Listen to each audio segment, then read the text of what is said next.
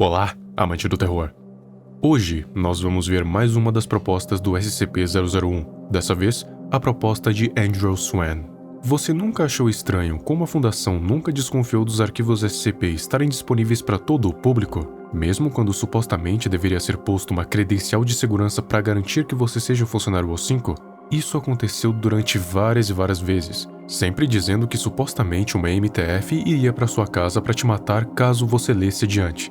Você lia e absolutamente nada acontecia. Isso tem uma explicação bem simples. O universo SCP é pura ficção. A maioria de nós sabemos disso, embora tenha alguns que ainda acreditam que ela seja real. Mas o mais interessante é que nós sabemos que ela é fictícia. E ela também. Eu vou pedir a mesma coisa que eu pedi no vídeo do SCP-3812. Imagine que você vive a sua vida normal, e de repente você começa a desconfiar ou ter uma espécie de crise existencial, e começa a imaginar se tudo o que você está vivendo não passa de mera ficção criada por alguma mente brilhante que está em uma possível narrativa superior à nossa. E de tanto procurar sobre, você de repente descobre que a sua desconfiança não era simplesmente uma paranoia, mas realidade. Ou melhor, ficção. Foi o mesmo que aconteceu com o SCP-3812. Ele descobriu as pilhas narrativas, descobriu que tinham seres que escreveram o universo e que agora poderia superá-los. Mas tem uma coisa que eu não te contei, e é que existem seres que estão fora dessa pilha narrativa. Seres que criaram o conceito dos SCPs, das pilhas narrativas, das realidades possíveis, dos universos possíveis. A Fundação, ou melhor, os conselheiros O5 e os pesquisadores de alto grau descobriram que existe somente um Deus, e esse Deus são vários seres, e esses seres são escritores de terror. E não só os escritores de terror, mas também os espectadores. No caso, nós.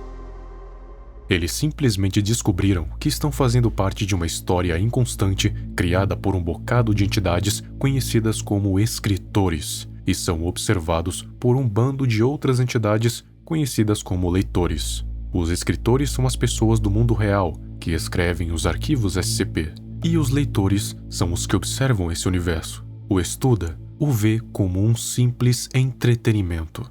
Aqui já não se trata de pilha narrativa inferior ou superior, já que este SCP representa a nós. Então, o próprio conceito de pilhas narrativas foi criada por nós. Você se lembra de Ben, aquele ser que supostamente teria escrito as leis do universo? Que criou o SCP-3812 e foi superado por ele? Mesmo ele é uma criação do SCP-001, no caso, a gente.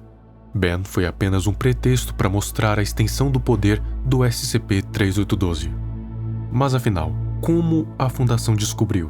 A Fundação tinha um plano de fazer uma unificação de todos os arquivos SCP, fazer um único arquivo que conteria todos os dados de todos os SCPs. Um plano ambicioso, devo dizer. Essa pesquisa iria ser feita no extinto Sítio 001 Alpha, mas depois que eles perceberam que o banco de dados era alterado praticamente a todo momento, eles decidiram encerrá-la. Os arquivos SCP desapareciam e apareciam e eram alterados, assim como os próprios SCPs, que desapareciam, apareciam e eram alterados. E não apenas SCPs, mas funcionários, lugares e até mesmo épocas inteiras eram simplesmente apagadas ou alteradas. E o pior nisso tudo é que a própria realidade se alterava para se encaixar nessas mudanças. As próprias memórias dos funcionários diziam que aquilo estava certo, mas a sensação que algo estava errado não saía do corpo deles. Até que alguém anônimo fez uma análise. Não se sabe como, mas todo esse estudo levou a nada mais, nada menos do que um enredo, uma história. A partir desse momento, descobriram o porquê eles tinham que lidar com tudo aquilo. Descobriram o porquê todas aquelas anomalias, deuses, entidades, manipuladores da realidade e outras infinitas coisas existiam. Isso porque tinham seres acima de tudo isso que podiam controlar tudo. E esses são os escritores.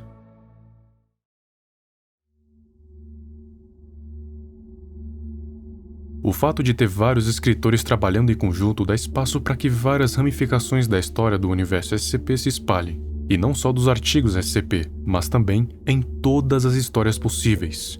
Quando se cria um novo SCP, ou um novo conto, ou um novo grupo de interesse, mesmo que seja não oficial, você acaba criando uma outra ramificação, e nisso acaba afetando o próprio universo SCP. E mais, quando um autor acaba ligando uma história na outra, automaticamente toda a realidade acaba se moldando.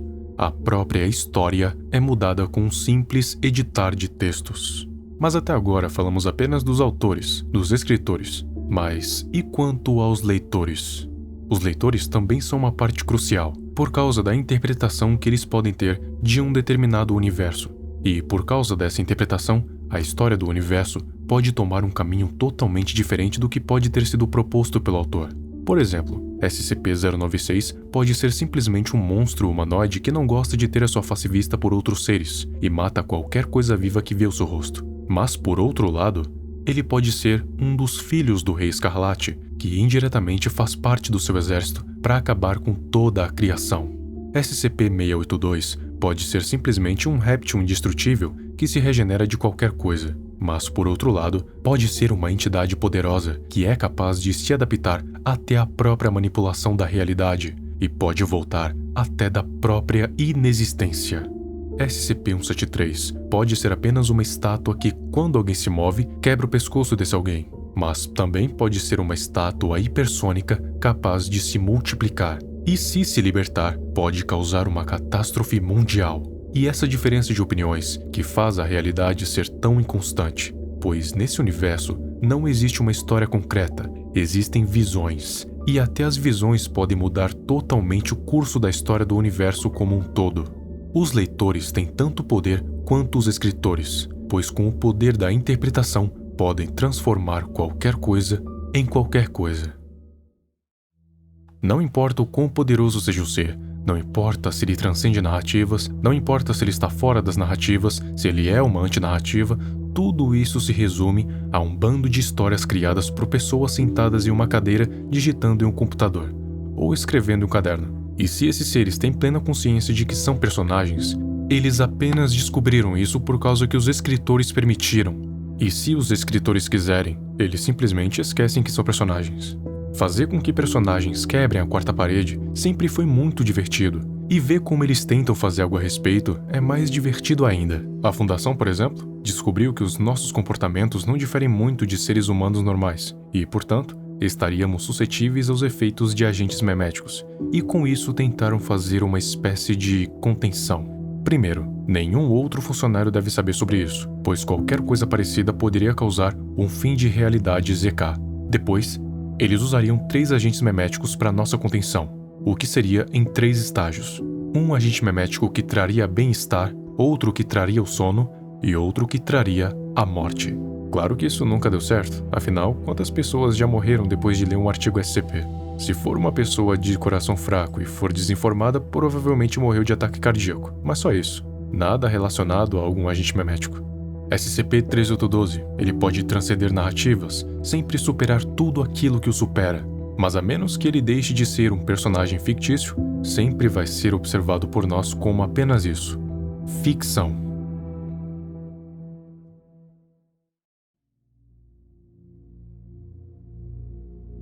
Então, fazendo o sumário de tudo o que sabemos até agora, SCP-001 não é uma coisa, é, na verdade, a representação da consciência que a Fundação tem de que tudo o que eles viveram, vivem, vão viver e podem viver não passa de mera ficção criada por seres superiores a tudo o que existe na ficção, os escritores e espectadores.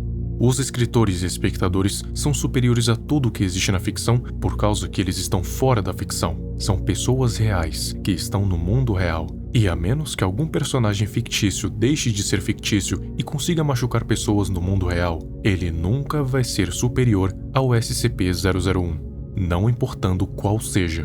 Somente os funcionários de mais alto escalão têm acesso ao banco de dados, pois lá está a prova de que eles estão vivendo em uma ficção, e qualquer coisa que sair do controle pode ocasionar um fim de realidade classe ZK, o que significa que, se todos quiserem, o universo SCP simplesmente deixa de existir. E nisso vai Rei Escarlate, SCP-3812, Sephiroth Eclipot, a Criação, The Worm e todas as outras entidades cósmicas. Eu não sei se o SCP-001 conta como a coisa mais forte da ficção, já que tecnicamente ele não é fictício. É apenas a gente. Mas o que você acha? Conte nos comentários. SCP-001 da proposta de Andrew Swan é o mais forte de toda a ficção ou ele não conta como algo fictício? Muito obrigado e até o próximo vídeo.